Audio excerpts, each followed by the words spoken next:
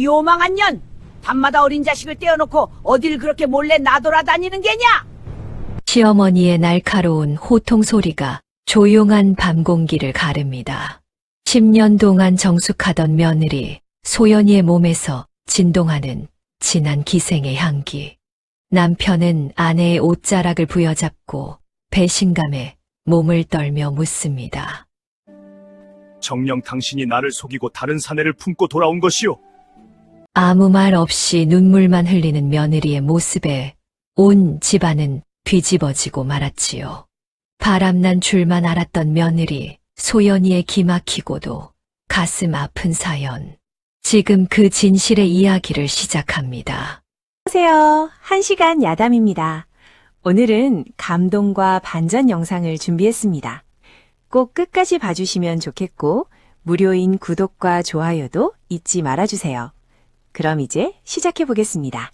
찬 바람이 문풍지를 사정없이 몰아치는 늦가을에 어느 깊은 밤이었습니다. 도성 끝자락 한때는 고래등 같은 기와집으로 명성이 자자했던 이 서방네 집은 이제 여기저기 기와가 깨지고 담장이 허물어져 을씨년스러운 기운만 감돌고 있었지요. 이 집의 며느리 소연은 살을 애듯 차가운 부어 바닥에서 얼음장 같은 물에 손을 담그며 저녁을 준비하고 있었습니다. 시집 온 지 어느덧 10년이라는 세월이 흘렀지만 소연의 고운 손은 이미 굳은 살이 박이고 갈라져 핏기를 잃은 지 오래였지요. 그녀는 시어머니의 매서운 눈초리를 떠올리며 서둘러 밥상을 차리기 시작했습니다. 하지만 상 위에 올릴 것이라고는 거친 보리밥 2그릇과 작은 종지에 담긴 허연 소금 한 줌이 전부였답니다. 어머니, 아버님, 저녁상 올립니다. 소연이 떨리는 목소리로 문 밖에서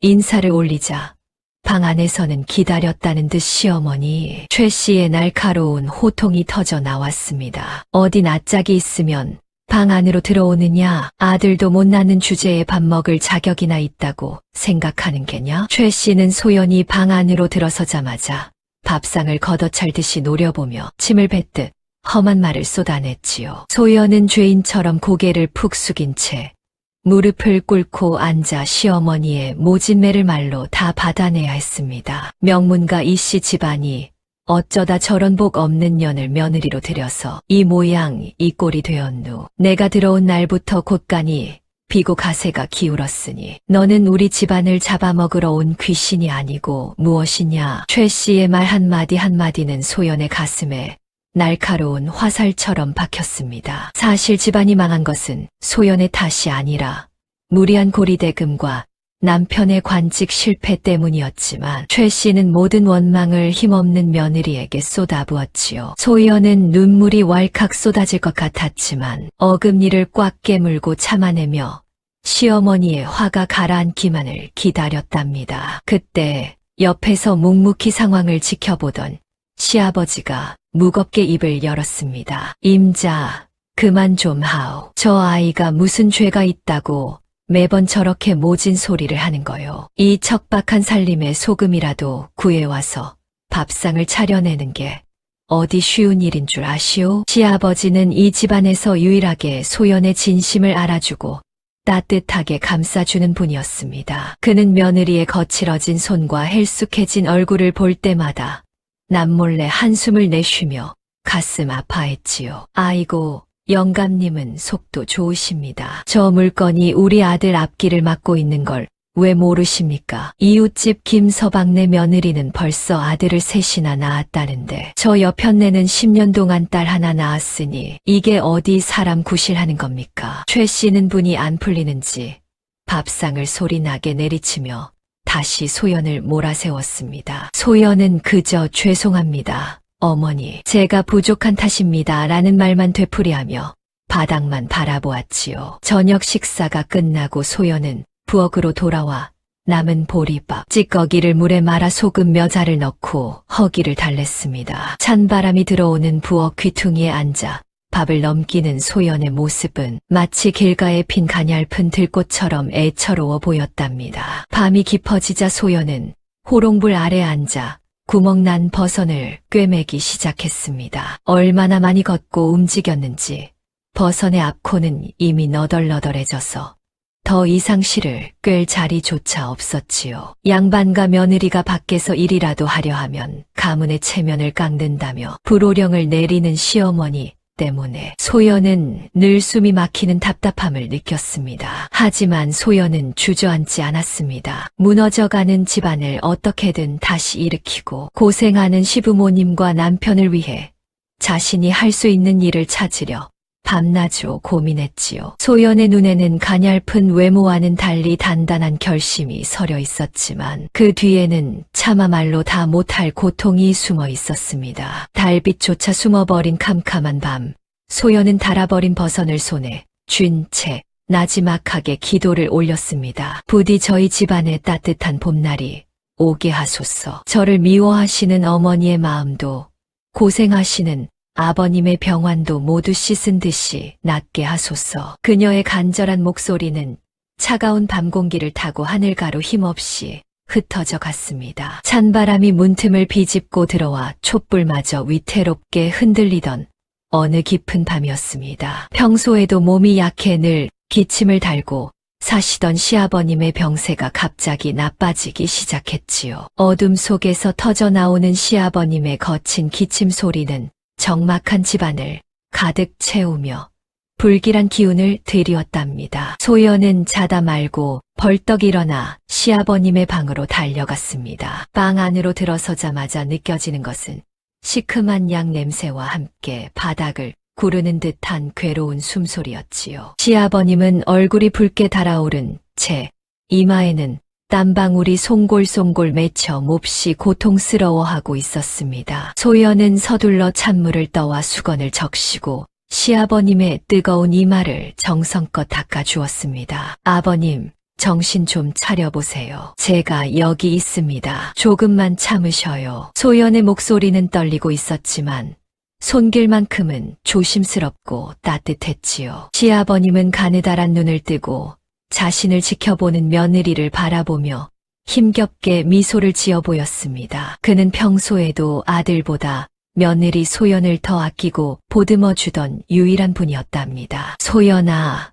나는 괜찮으니 너는 그만 가서 눈 좀 붙이거라. 야윈 내 몸이 상할까봐 그게 더 걱정이구나. 시아버님은 자신의 고통보다 며느리의 고단함을 먼저 걱정하는 인자한 분이었지요. 하지만 소연은 그 곁을 떠날 수 없었습니다. 밤새도록 아궁이에 불을 떼서 방을 데우고 마른 목을 죽여드리기 위해 따뜻한 숭늉을 끓여 올리며 정성을 다했답니다. 다음 날 아침 소연이 부엌에서 시아버님께 올릴 미음을 끓이고 있을 때였습니다. 뒤늦게 잠에서 깬 시어머니 최 씨가 부엌으로 당당하게 들어서며 소연의 등 뒤에 대고 소리를 질렀지요. 아니, 아침부터 왜 이렇게 부산스럽게 구는 게냐? 최 씨는 소연이 끓이고 있는 미음을 보고는 코웃음을 치며 냄비를 걷어찰 듯이 위협했습니다. 어머니, 아버님 곧불이 심해지셔서 기력이 하나도 없으셔요. 그래서 미음을 좀 끓이고 있었습니다. 소연이 조심스럽게 설명했지만 최 씨의 반응은 차갑기만 했습니다. 곧불은 무슨 곧불, 내가 우리 집에 들어오고 나서부터 영감님 기력이 쇠한 게 어디 한두 번이더냐? 최 씨는 오히려 소연의 얼굴을 쏘아보며 모든 원망을 며느리에게 쏟아부었지요. 너처럼 복 없는 년이 옆에 붙어 있으니 아버님 병세가 깊어지는 거다. 당장 그 솥 뚜껑 닫고 저리 비켜라. 최 씨는 소연을 부엌 구석으로 거칠게 밀쳐내고는 시아버님의 방으로 성큼성큼 걸어갔습니다. 방 안에서는 시아버님의 기침 소리가 더욱 깊어져 가고 있었지만 최 씨는 걱정보다는 짜증 섞인 한숨을 내뱉었답니다. 영감님, 이제 그만 일어나시오. 저 며느리년이 곁에서 얼쩡거리니 병이 안 낫는 거 아닙니까? 최 씨의 모진 말에 시아버님은 아무런 대답도 하지 못한 채 돌아서 누울 뿐이었지요. 소연은 문 밖에서 그 소리를 들으며 소매깃으로 눈물을 훔치고 다시 부엌으로 돌아왔습니다. 시어머니의 모진 구박에도 소연이 버틸 수 있었던 것은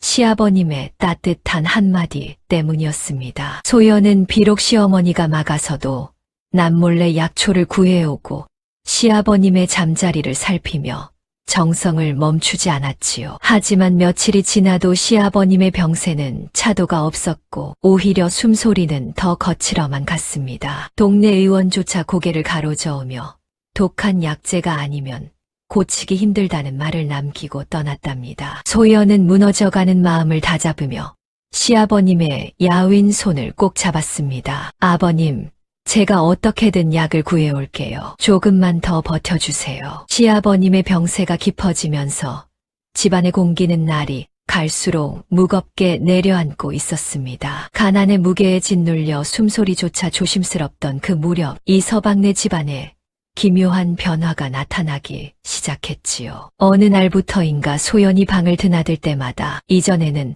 한 번도 맡아본 적 없는 아주 낯설고 은밀한 향기가 코끝을 스치기 시작한 것이랍니다. 그것은 여느 여인들이 사용하는 은은한 분 냄새도 아니었고 그렇다고 산에서 나는 맑은 풀 냄새도 아니었습니다. 사람의 정신을 아득하게 만들 정도로 진하고 어딘지 모르게 관능적인 느낌을 주는 사향의 향기였지요. 사향은 본래 양반가의 정숙한 부녀자들은 함부로 가까이 하지 않는 아주 귀하고 독한 향료였습니다. 도성 안에서 내로라 하는 기방의 기생들이나 사내의 마음을 홀리기 위해 몰래 사용하는 그런 향기였답니다. 그런데 그 진한 향기가 몰락한 양반가의 며느리인 소연의 몸에서 풍겨 나오기 시작한 것이지요. 처음 그 냄새를 맡은 것은 코끝이 예민한 시어머니 최 씨였습니다. 부엌에서 소연이 밥상을 들고 나오는데 평소의 땀 냄새 대신 코를 찌르는 사향 냄새가 최 씨의 코를 자극했답니다. 아니,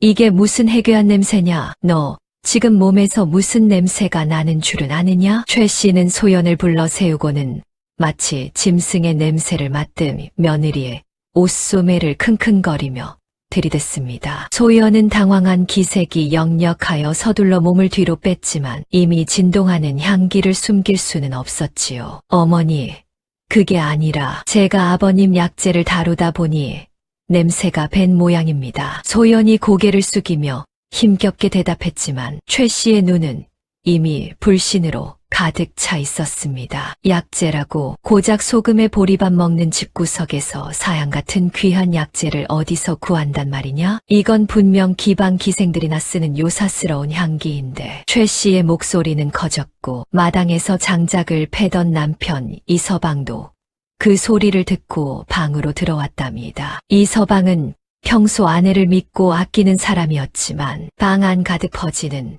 그 향기를 맡는 순간 얼굴이 하얗게 질리고 말았습니다. 그도 하급 관리로 일하며 바깥 세상을 아는 사람이었기에 그 향기가 어떤 곳에서 주로 쓰이는지 너무나 잘 알고 있었지요. 부인 정녕 이 냄새가 그대의 몸에서 나는 것이요? 대체 무얼 하길래 이런 향기가 밴단 말이오? 남편의 떨리는 목소리에 소연은 아무런 대답도 하지 못한 채 그저 옷자락만 꽉 쥐고 있었습니다. 소연의 침묵은 남편의 가슴에 날카로운 의심의 바늘을 꽂는 것과 다름없었지요. 최 씨는 기회를 놓치지 않고 아들의 옆에서 불을 지피기 시작했습니다. 보거라, 내 아들아, 내 진작에 전연의 눈빛이 심상치 않다 했다. 집안은 망해가는데 며느리라는 년은 어디서 이런 요물을 묻혀온단 말이냐? 최 씨의 비아냥거림에도 소연은 입을 굳게 다물고 눈물만 뚝뚝 흘릴 뿐이었답니다. 그날 이후 집안 사람들의 눈빛은 차갑게 변해버렸습니다. 남편은 아내와 눈을 마주치는 것조차 피했고 시어머니는 소연이 지나갈 때마다 더러운 냄새가 난다며 코를 막고 침을 뱉었지요. 하지만 정작 소연은 그 향기를 지우려 하지 않았습니다. 아니, 지울 수 없는 비밀이라도 간직한 듯 매일 밤 조심스럽게 몸을 씻고는 다음 날이면 다시 그 향기를 머금고 나타났답니다. 은밀하게 퍼지는 사향의 향기는 소연의 단정한 모습과 대비되어 더욱 기괴하고 의심스러운 분위기를 자아냈지요. 그녀가 숨기고 있는 그 무거운 진실이 무엇인지 향기는 대답 없이 방 안을 맴돌 뿐이었습니다. 시아버님의 병세가 짙어질수록 집안에는 약을 다리는 연기 대신 불길한 의심의 연기가 피어올랐습니다. 며칠 전부터 소연은 친정어머님이 위중하시다는 핑계를 대며 자꾸만 집을 비우기 시작했지요. 친정집은 걸어서 반나절도 걸리지 않는 가까운 거리였지만 소연은 한 번 나가면 사나흘씩 소식이 끊기기 일쑤였답니다. 어머니, 친정 어머님께서 갑자기 몸이 좋지 않으시다 하여 며칠만 다녀오고자 합니다. 아이도 외할머니를 보고 싶어 하니 함께 데려가 수발을 들게 해주십시오. 소연이 보따리를 가슴에 꼭 안고 간곡히 청하자 시어머니 최 씨는 벼락같이 소리를 질렀습니다. 10년을 살아도 집안에 복을 들여오기는커녕 남편이 밤낮으로 고생하는데 며느리라는 년이 아이까지 데리고 집을 비우느냐? 친정 핑계는 참으로 좋구나. 최 씨는 소연이 들고 있는 보따리를 낚아채어 마당에 내팽개쳤지만 소연은 묵묵히 흙을 털어내며 다시 보따리를 챙겨 들었지요. 최 씨 부인은 혀를 차며 매몰차게 돌아섰지만 소연은 묵묵히 매질 같은 말을 견뎌내며 서둘러 5살 딸아이의 손을 잡고 대문을 나섰답니다. 소연이 도착한 친정집은 도성에서 그리 멀지 않은 곳에 있는 작고 초라한 오두막이었습니다. 그녀는 친정어머니에게 잠든 딸아이를 맡기며 차마 떨어지지 않는 발걸음을 옮겨야 했지요. 어머니, 우리 아이 좀 잘 부탁드립니다. 무슨 일이 있어도 제가 돌아올 때까지 아이를 밖으로 내보내지 마셔요. 소연은 자고 있는 딸아이의 보드라운 볼을 마지막으로 어루만진 뒤 수건으로 얼굴을 칭칭 감싸고는 어두운 밤길로 나섰습니다. 성문을 닫는 인경 소리가 도성 안에 묵직하게 울려 퍼지고 사방이 칠흑 같은 어둠에 잠길 무렵이었습니다. 소연이 도착한 곳은 소연이 말한 친정집 근처가 아니라 도성 밖에서 가장 크고 험하기로 소문난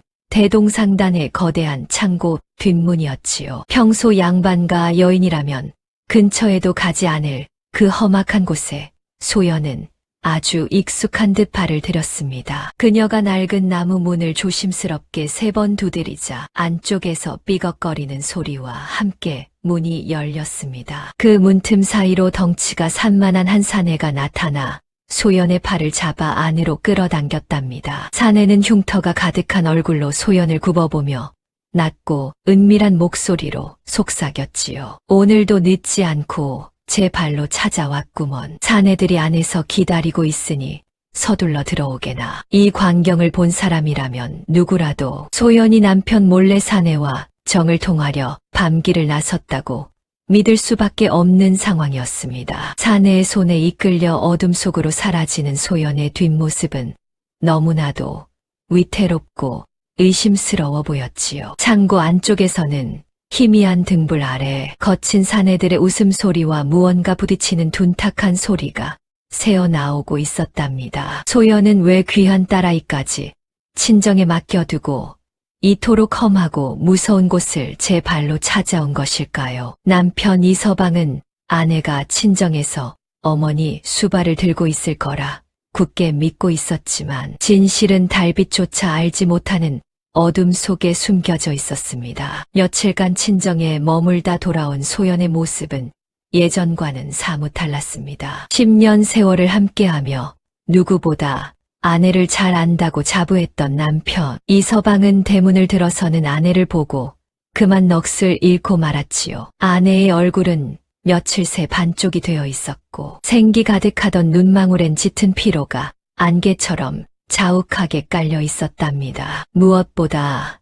이서방의 마음을 어지럽게 만든 것은 아내가 방에 들어서자마자 온 집안을 가득 채운 그 기묘한 향기였지요. 은은하면서도 코끝을 찌르는 진한 사향의 향기가 소연의 옷자락마다 배어 있어 마치 아내가 낯선 기방이라도 다녀온 듯한 착각을 불러일으켰습니다. 소연은 남편의 시선을 피하며 서둘러 부엌으로 들어가 밀린 일감을 잡았지만 이서방은 아내의 뒤를 조용히 따라갔지요. 부인 친정어머님 수발이 그리도 고되었소. 얼굴이 어찌 이리 상했단 말이오. 남편의 걱정 어린 물음에도 소연은 그저 고개를 숙인 채 괜찮습니다. 서방님이라는 말만 되풀이하며 손을 치맛자락 속에 숨기기 바빴습니다. 이서방은 이상한 기분에 아내의 손을 덥석 잡았고 그 순간 그는 자신의 눈을 의심할 수밖에 없었답니다. 아내의 고운 손등은 무언가 날카로운 것에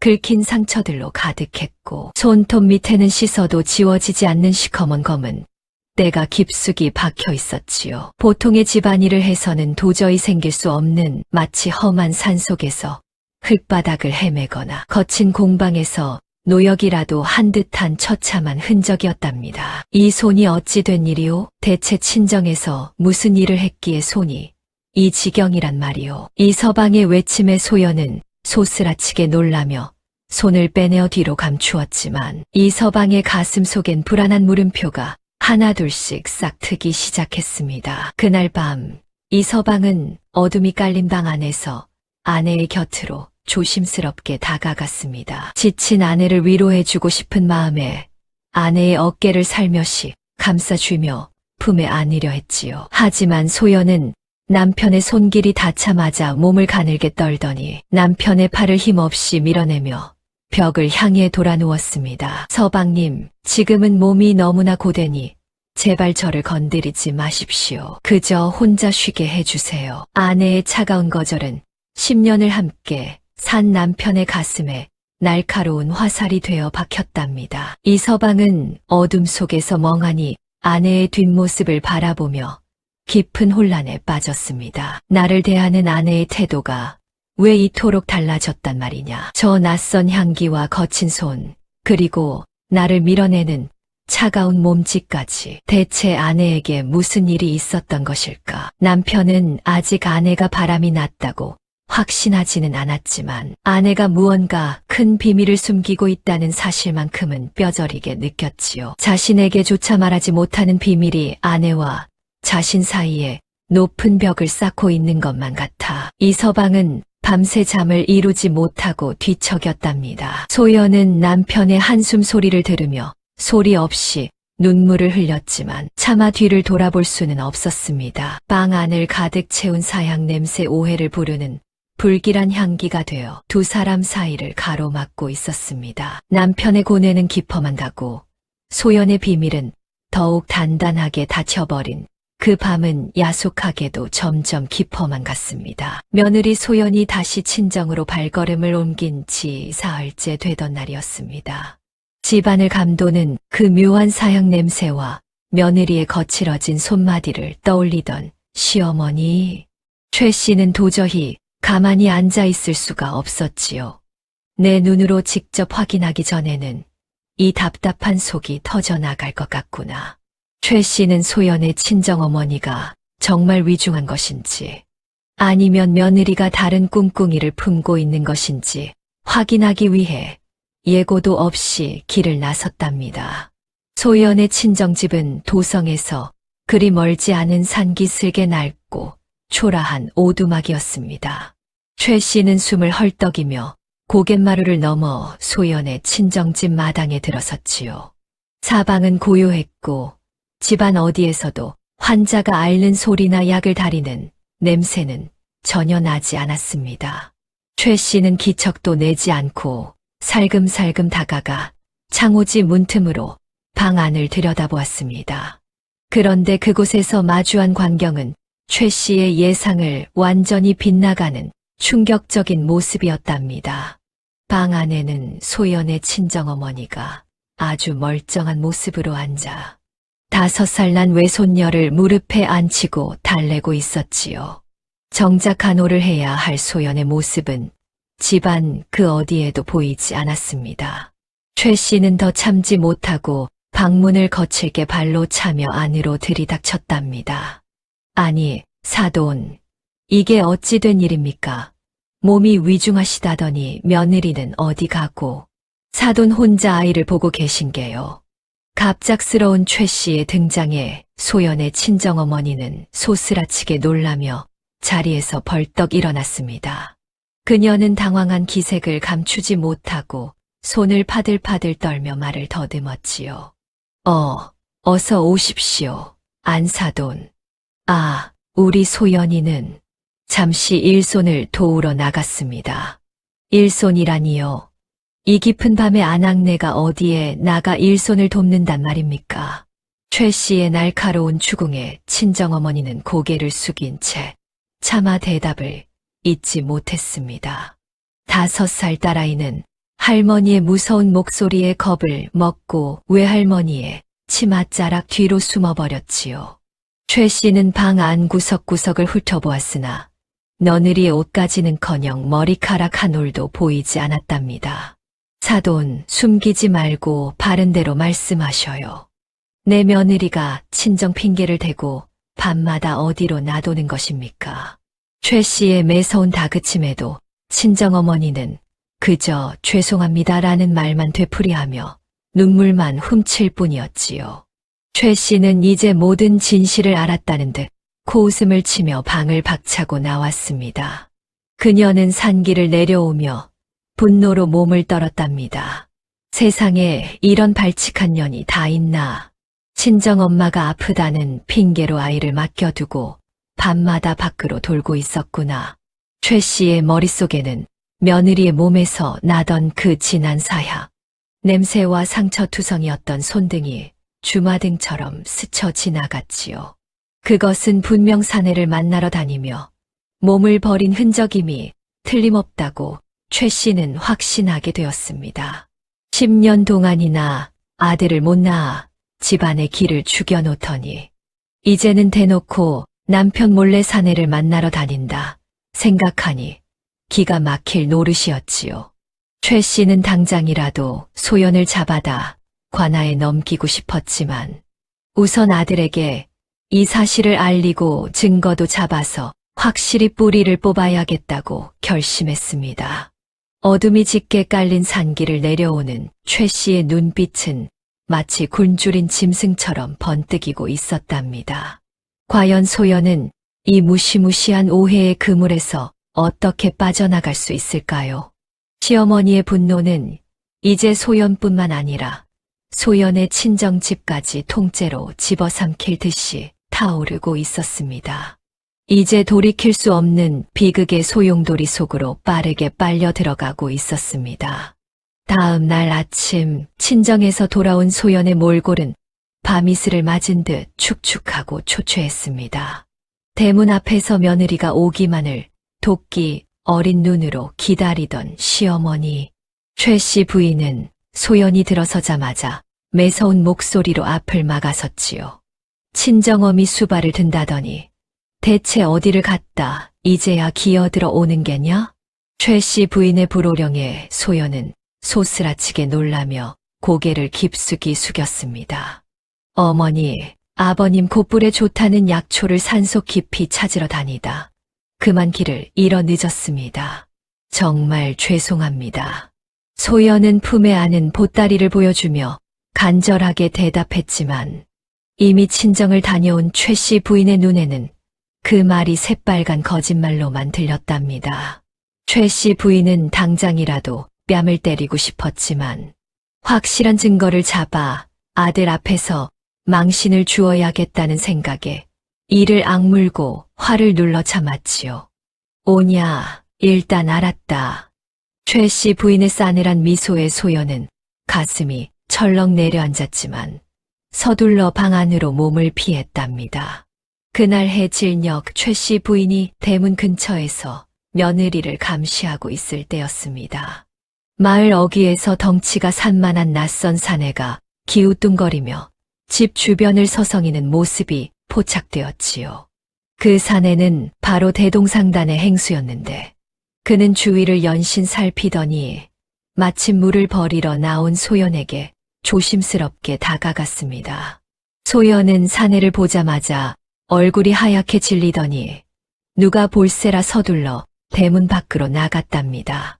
담벼락 뒤에 숨어 숨을 죽이고 있던 최 씨 부인은 두 사람의 거리가 좁혀지자 귀를 바짝 기울였습니다. 행수는 낮은 목소리로 그러나 분명하게 소연에게 말을 건넸지요. 이번에 큰일이 하나 들어왔네. 아주 험한 일이겠지만 이번만 잘하면 약속한 돈을 다 채울 수 있을 거야.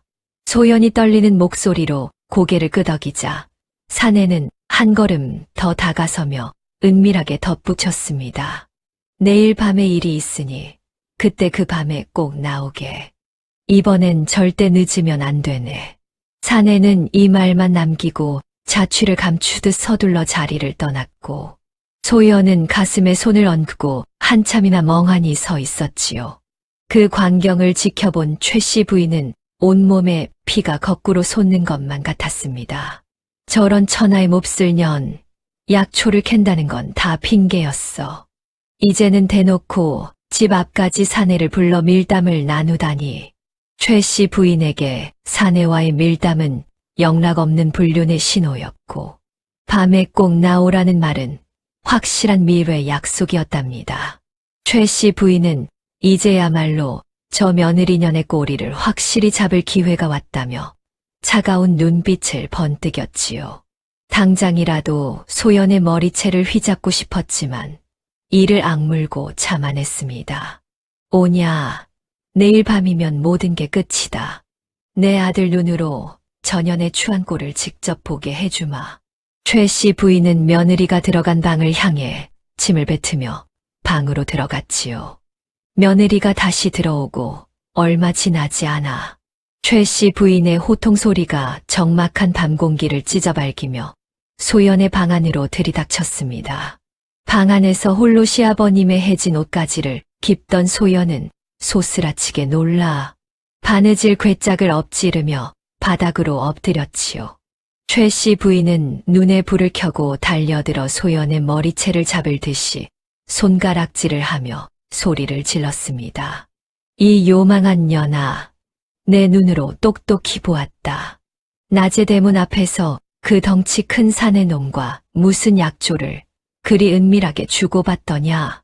최 씨 부인의 목소리는 분노로 부르르 떨렸고 방 안은 순식간에 차가운 긴장감으로 얼어붙었답니다. 소연은 아무런 대꾸도 하지 못한 채 차가운 바닥에 이마를 대고 파들파들 떨고만 있었지요. 내일 밤이라 했더냐? 그 밤에 꼭 나오라고 사내가 속삭이는데도 너는 그저 고개만 끄덕이더구나. 양반과 며느리가 사내를 집 앞까지 불러들이다니 정녕 미치지 않고서야 어찌 이럴 수 있단 말이냐. 최 씨 부인은 소연의 어깨를 사정없이 흔들며 바른 대로 대라고 윽박질렀습니다. 소연은 입술을 깨물고 또 깨물어 피가 배어 나올 정도였지만 끝내 입을 열지 않았지요. 어머니, 잘못했습니다. 그저 용서해 주십시오. 하지만 정말이지 어머니께서 생각하시는 그런 일은 절대 아닙니다. 소연이 할 수 있는 말은 그저 용서를 구하는 비굴한 변명뿐이었지요. 최 씨 부인은 소연의 방 안에서 진동하는 그 지독한 사향 냄새를 맡으며 코를 움켜쥐었습니다. 용서라니, 이 방 안 가득한 기생향기만 맡아도 내년이 무슨 짓을 하고 다니는지 다 알겠다. 그놈에게 몸이라도 팔아서 이 향료를 사온 것이냐. 최 씨 부인의 독설은 소연의 가슴을 난도질했지만 소연은 여전히 함구하며 묵묵히 매를 맞든 말을 견뎠습니다. 최 씨 부인은 입을 굳게 다문 소연을 보며 이제는 정녕 배가 맞아도 단단히 맞았다고 확신을 해버렸습니다. 오냐, 끝까지 그 사내놈을 감싸겠다는 것이냐? 내년에 그 독한 침묵이 어디까지 가는지 내두고 보마. 최 씨 부인은 며느리의 가슴팍을 거칠게 밀치고는 씩씩거리며 방을 나갔습니다. 방을 나가기 전 최 씨 부인은 마지막으로 서늘한 경고를 남겼지요. 내일 밤이다. 내년이 그 사내를 만나러 문턱을 넘는 그 순간 내 아들 손에 칼을 들려 내 목을 치게 할 것이다. 거칠게 닫힌 문소리가 방 안을 울렸고 소연은 어둠 속에서 홀로 바닥을 긁으며 소리 없는 눈물을 쏟아냈습니다. 최 씨 부인은 방으로 돌아가 아들에게 이 사실을 어떻게 전할지 잔인한 계획을 세우며 밤을 지새웠습니다. 한 집에 살면서도 서로 다른 마음으로 깊어가는 밤. 소연의 방 안에는 희미한 호롱불만이 위태롭게 흔들리고 있었습니다. 야간 술라 업무를 마치고 어깨가 천근만근 무거워진 이서방이 터벅터벅 대문을 들어섰습니다. 몰락한 가문의 자존심을 지키려 애쓰며 하루하루 고된 일을 버텼지만 유독 그날 밤은 집안을 감도는 공기가 평소보다 훨씬 차갑고 무거웠지요. 이 서방이 마당에 들어서기 무섭게 어둠 속에 숨어있던 시어머니 최 씨 부인이 기다렸다는 듯 아들의 소매를 낚아채며 구석진 곳으로 끌고 갔답니다. 최 씨 부인의 얼굴은 도끼로 잔뜩 일그러져 있었고 아들의 귀에 대고 내뱉는 숨결은 마치 불길처럼 뜨겁고 날카로웠습니다. 아들아, 내 오늘 도저히 입을 닫고 있을 수가 없어 내게 말한다. 내 마누라가 아무래도 다른 사내와 배가 맞은 게 틀림없구나. 어머니의 입에서 나온 청천벽력 같은 소리에 이 서방은 순간 머릿속이 하얗게 비어버리고 말았습니다. 어머니, 그게 무슨 당치도 않은 말씀이십니까? 소연이가 우리 집에 시집와 10년을 어떻게 살았는데 그런 천벌 받을 말씀을 하셔요. 이 서방은 애써 태연한 척하며 고개를 가로저었지만 최 씨 부인은 아들의 팔을 더 강하게 움켜쥐며 목소리를 높였지요. 이 어미가 눈이 멀어 헛것을 보았을까봐 그러느냐? 친정 어미가 위중하다는 것도 다 거짓이고 낮에는 웬 덩치 큰 사내놈이 집 앞까지 찾아와 내일 밤에 꼭 나오라고 기별까지 하고 갔단 말이다. 어머니의 서슬퍼런 추궁에 이 서방의 가슴 한구석에 묻어두었던 의심의 싹이 고개를 들기 시작했습니다. 정 못 믿겠거든 내일 전현이 또 친정 핑계를 대고 집을 나설 때 우리가 몰래 뒤를 밟아보자꾸나. 눈으로 직접 봐야 내가 정신을 차리고 저 요물 같은 년을 내칠 것 아니냐. 이 서방은 어머니의 완강한 태도에 아무런 대꾸도 하지 못한 채 마치 넋이 나간 사람처럼 아내가 있는 방으로 무거운 발걸음을 옮겼습니다. 방 안으로 들어서자마자 이 서방의 코끝을 찌른 것은 며칠 전부터 아내의 몸에서 나던 그 지독하고 기묘한 사양 향기였지요. 은은하면서도 사람의 정신을 혼미하게 만드는 그 향기는 평범한 아낙네가 쓸 수 있는 것이 아니었기에 이 서방의 심장은 사정없이 요동쳤답니다. 이 서방은 자는 척 누워있는 아내의 가냘픈 뒷모습을 보며 며칠 전 자신을 밀쳐내던 아내의 차가운 눈빛을 떠올렸습니다. 오랜만에 아내를 품에 안으려 했을 때 소연은 몸이 고되니 제발 닿지 마십시오라며 소름 끼칠 정도로 냉정하게 자신을 밀어냈지요. 그저 집안일이 힘들어 그러려니 했거늘 정녕 저 향기를 묻혀온 사내를 위해 나를 거부한 것이란 말이냐. 이 서방은 아내의 옷자락마다 배어있는 기생의 향기와 옷같이 곱던 손마디가 시커먼 때와 상처로 뒤덮인 이유를 이제야 알 것만 같았습니다. 10년 세월 동안 한결같던 아내였기에 설마 아닐 거야. 그럴 리 없어라고 수만 번 속으로 외쳐보았지만 이미 머릿속은 배신감이라는 독한 안개로 가득 찼지요.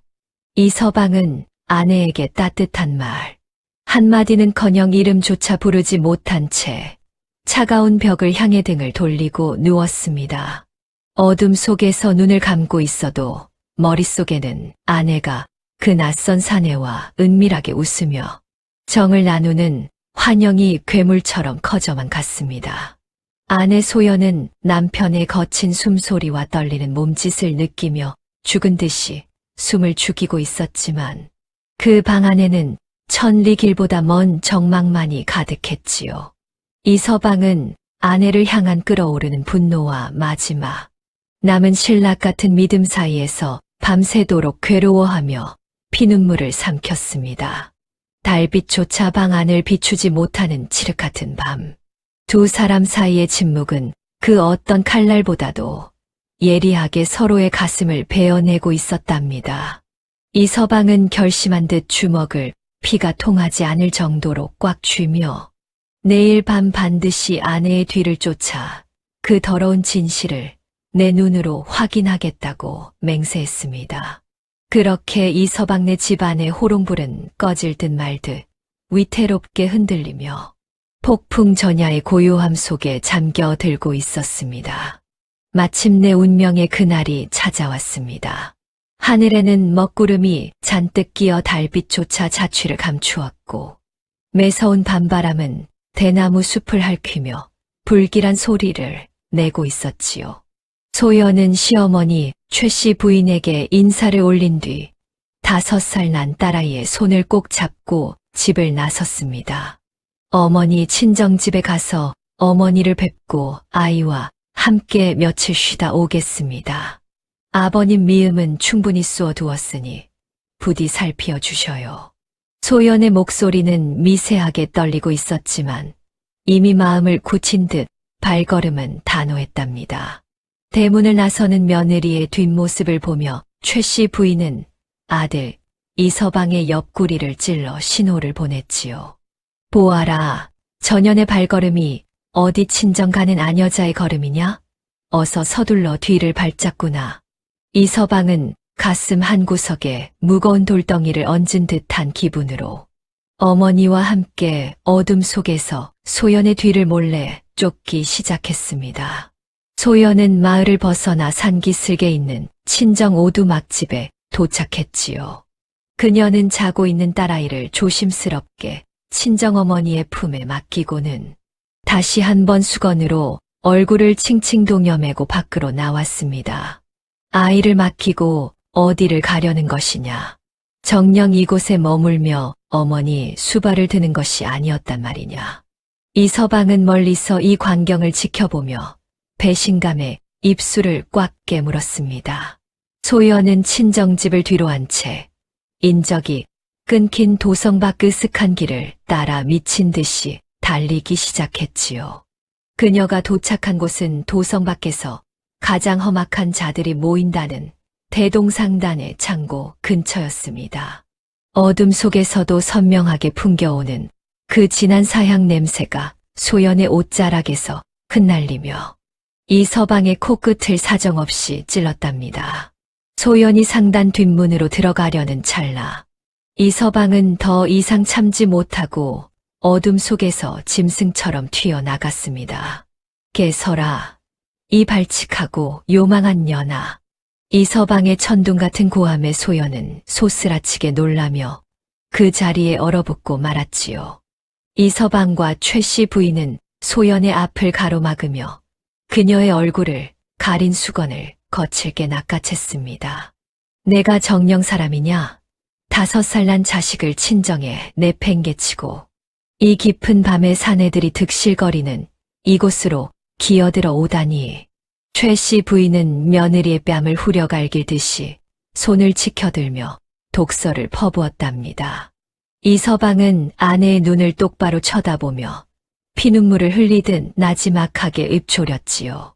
10년을 함께 산 나를 이토록 처참하게 기만하다니. 이 깊은 밤, 이 험한 곳에 그대를 부른 사내가 도대체 누구란 말이오. 소연은 남편의 절규 섞인 물음에 아무런 대꾸도 하지 못한 채 그저 떨리는 손으로 가슴팍을 움켜쥐고 바닥에 주저앉았습니다. 그녀의 눈에는 형언할 수 없는 슬픔과 공포가 서려 있었지만 입술은 마치 자물쇠를 채운 듯 굳게 닫혀 있었습니다. 최 씨 부인은 창고 안에서 새어나오는 불빛을 가리키며 승리감에 젖어 소리를 질렀습니다. 보아라, 저 안에서 사내 놈들이 낄낄거리는 소리가 들리지 않느냐? 내년이 여기서 무슨 더러운 짓을 벌이려 했는지 만천하가 다 알게 될 것이다.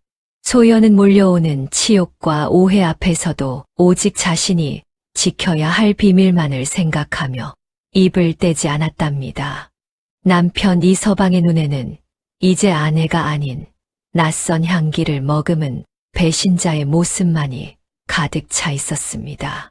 어둠이 지배하는 황량한 길 위에서 10년간 쌓아온 부부의 신뢰는 그렇게 산산조각이 나 바닥을 뒹굴고 있었지요.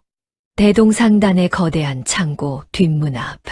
차가운 밤이슬이 내리는 길 위에서 세 사람의 운명은 이렇게 무참하게 엉켜버리고 말았습니다. 시어머니 최 씨 부인은 분노로 가득 찬 눈으로 바닥에 주저앉은 소연을 내려다보며 한치의 망설임도 없이 손을 휘둘러 소연의 뺨을 세차게 내리쳤답니다.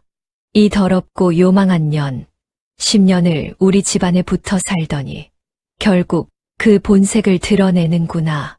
적막한 밤 공기를 가르는 날카로운 소리에 소연의 고개가 맥없이 돌아갔고 그녀의 입술에서는 붉은 피가 한 줄기 흘러내렸습니다. 최 씨 부인은 그것으로도 분이 풀리지 않는지 소연의 어깨를 밀치며 소리를 질렀습니다. 사내들이 득실거리는 이 창고 앞에서 대체 누구를 기다린 게냐? 내가 정녕 미치지 않고서야 어찌 자식까지 내팽개치고 이 더러운 짓을 벌인단 말이냐? 소연은 뺨이 부어오르고 온몸이 떨렸지만 여전히 아무런 변명도 하지 못한 채 바닥을 긁으며 흐느꼈습니다.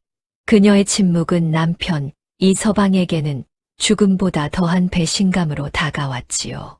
이서방은 허망한 눈빛으로 아내를 바라보다가 소연의 옷자락에서 흘러나오는 진한 사향 냄새를 맡으며 고개를 저었답니다. 부인 정녕 그 입으로 단 한마디도 내게 해줄 말이 없으신 게요. 내가 그대를 믿었던 10년 세월이 이토록 가벼운 것이었소.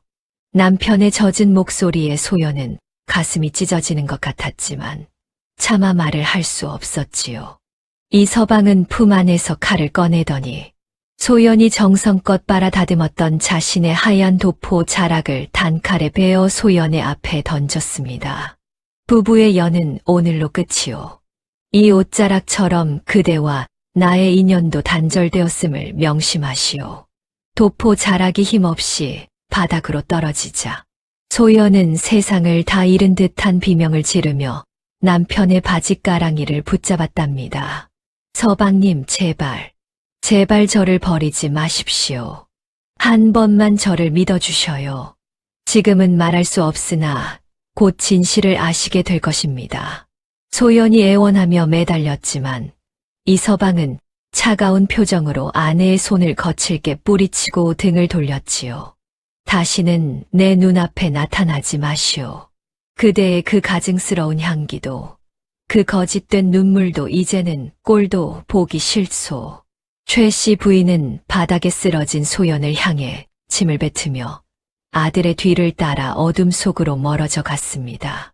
소연은 캄캄한 길 위에 홀로 남겨져 베어진 도포 자락을 가슴에 품고 목을 놓아 울었지요. 그녀의 손톱 밑에는 여전히 독한 약초를 다듬느라 박힌 검은 때가 선명했지만 그 누구도 그 상처를 효심이라 불러주지 않았답니다. 비정한 남편과 잔인한 시어머니는 소연을 길바닥에 버려두고 집으로 향했고 소연은 차가운 어둠 속에서 오직 시아버님을 살려야 한다는 일념 하나로 다시 몸을 일으켰습니다. 버려진 여인의 통곡 소리가 대동상단에 굳게 닫힌 문틈 사이로 힘없이 스며들 뿐이었습니다.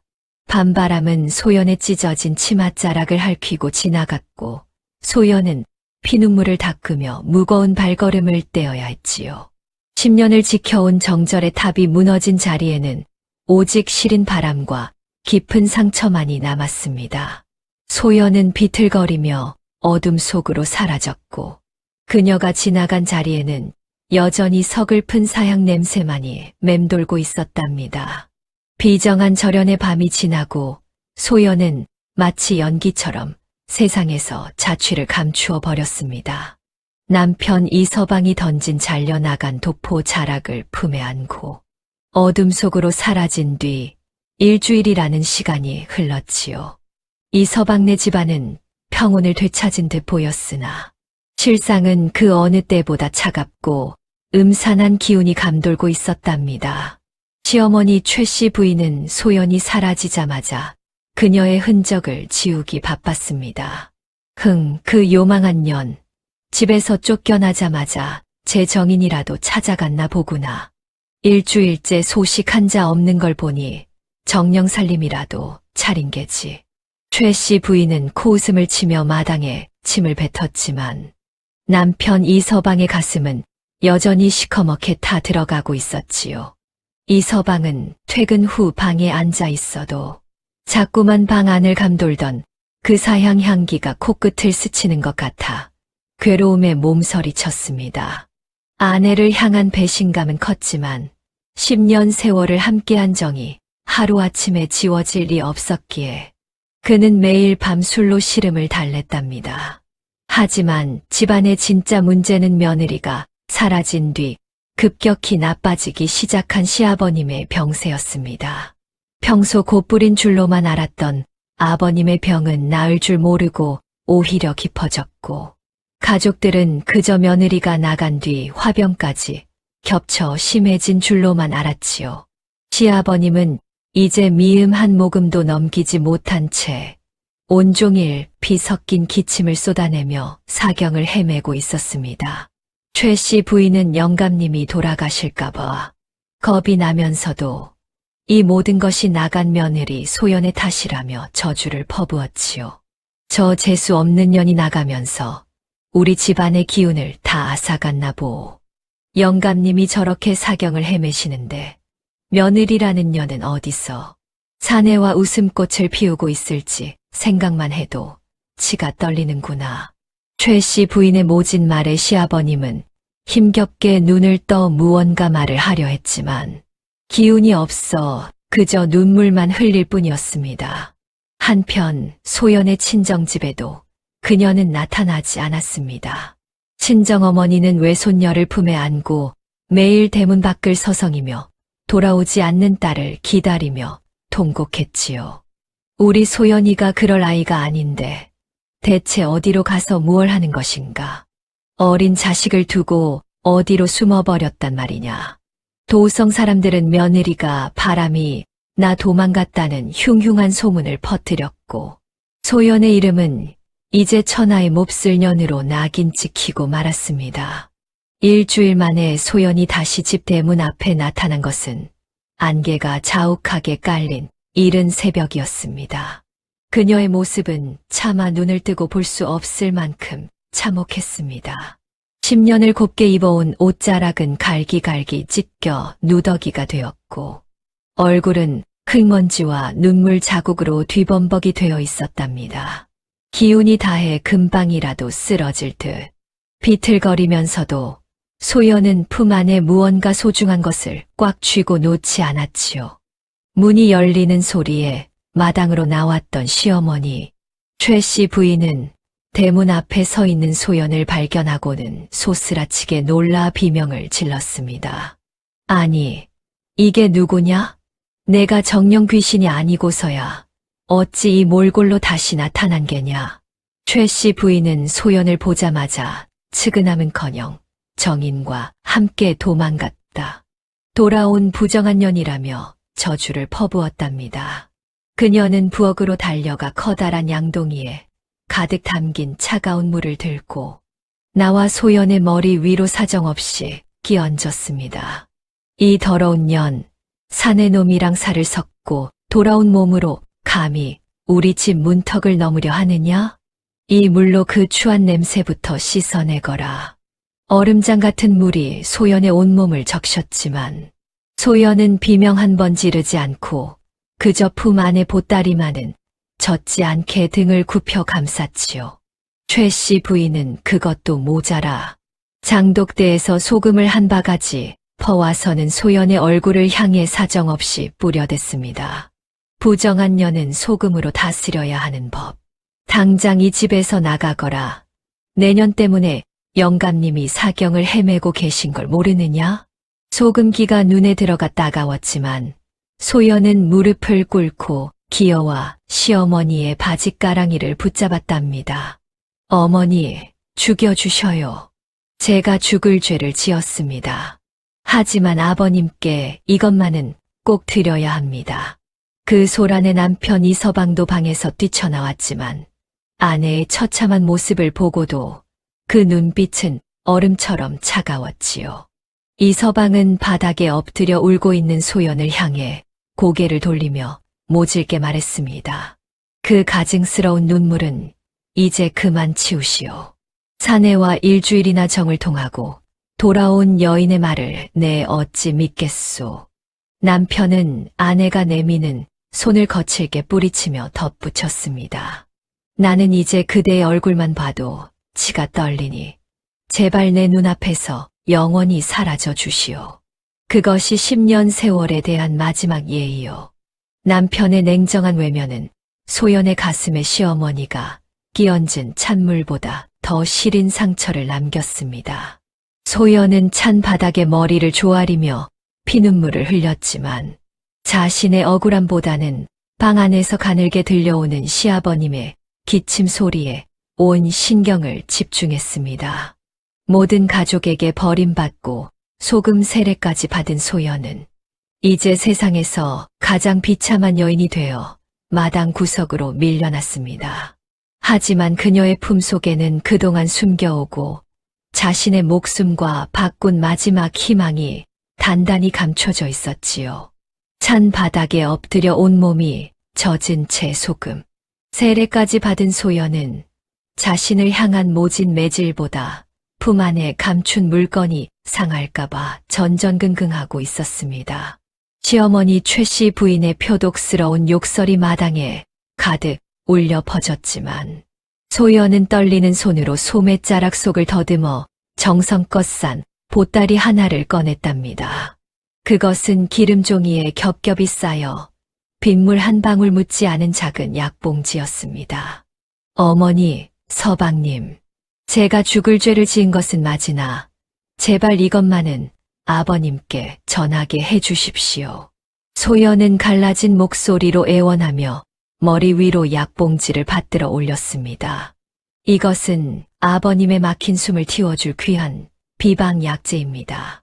이것만 드시면 아버님께서 곧 기운을 차리실 것이니 제발 아버님께 전해드리고 저는 바로 물러가겠습니다. 소연의 눈에서는 쉴 새 없이 눈물이 흘러내려 흙바닥을 적셨지만 그녀의 눈빛만큼은 어느 때보다 간절했습니다. 남편 이서방이 그 약봉지를 보고 멈칫하자 최 씨 부인이 콧방귀를 뀌며 소연의 손에 든 약봉지를 낚아채어 마당 한 구석으로 내팽개쳤답니다. 내까진 년이 어디서 이런 귀한 약을 구했단 말이냐?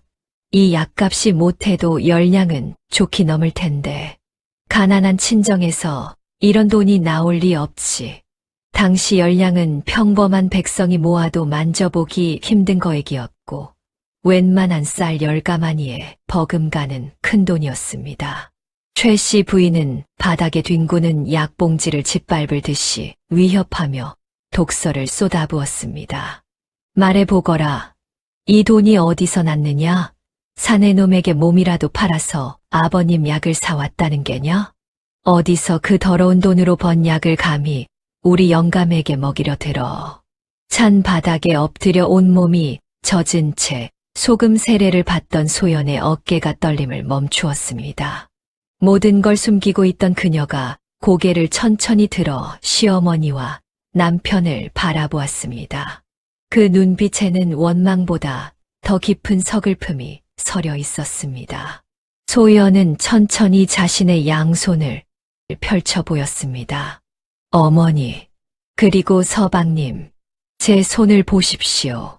정녕 이것이 사내의 수발을 들고 정을 통한 여인의 손으로 보이십니까? 소연이 내민 손은 참혹함 그 자체였습니다. 옷같이 희던 피부는 온데간데 없고 독한 약주, 독에 중독되어 검푸르게 죽어버린 살점들이 갈라져 진물이 흐르고 있었지요. 손톱은 이미 반 이상이 빠져나가 생살이 드러나 있었고 마디마디는 뒤틀려 제대로 펴지지도 않았습니다. 한 달입니다. 대동상단 지하 창고, 아무도 숨 쉬기조차 힘들어 기피하는 그곳에서 저는 독초를 골라냈습니다. 사실 아버님은 곧불이 드신 게 아닙니다. 심한 폐병을 앓고 계십니다. 아버님의 폐병을 고칠 비방약재를 구하려면 10냥이 필요하다 했습니다. 그래서 그 독한 기운을 온몸으로 받아내며 한 달을 버텨야만 했습니다. 소연의 목소리는 낮았지만 칼날처럼 날카롭게 남편의 가슴을 베고 지나갔습니다. 이 사실을 알면 서방님이 관직을 버리고 아버님 수발에만 매달리실 거고, 어머님은 충격을 받으실까봐 아버님께서 절대 말하지 말라 하셨습니다. 아버님은 자신 하나 때문에 집안이 무너지는 걸 원치 않으셨습니다. 그렇게 죽는 날만 바라보고 계신 거였습니다. 저는 차마 그런 아버님을 그냥 둘 수 없었습니다. 비밀도 지켰어야 했고 뭐라도 해야 했습니다. 그런데 어떻게 저를 이렇게 대하실 수 있습니까? 서방님께서 그토록 혐오하시던 제 몸의 사향 냄새는 기방의 향기가 아닙니다. 아버님을 살릴 약재를 다듬으며 제 뼛속까지 배어든 독초의 냄새입니다. 제가 서방님의 손길을 거부한 것은 마음이 떠나서가 아니라 제 몸에 밴 독 기운이 서방님께 옮겨갈까봐 이 짓물러진 손이 부끄러워 그랬던 것입니다.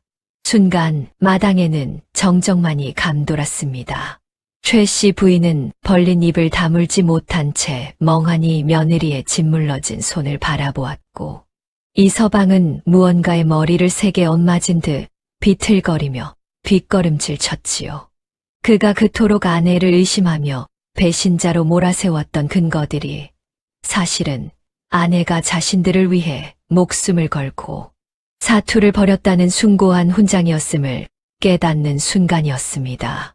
소연의 피 맺힌 외침에 이 서방은 차마 아내를 쳐다보지도 못한 채 바닥에 힘없이 주저앉고 말았습니다.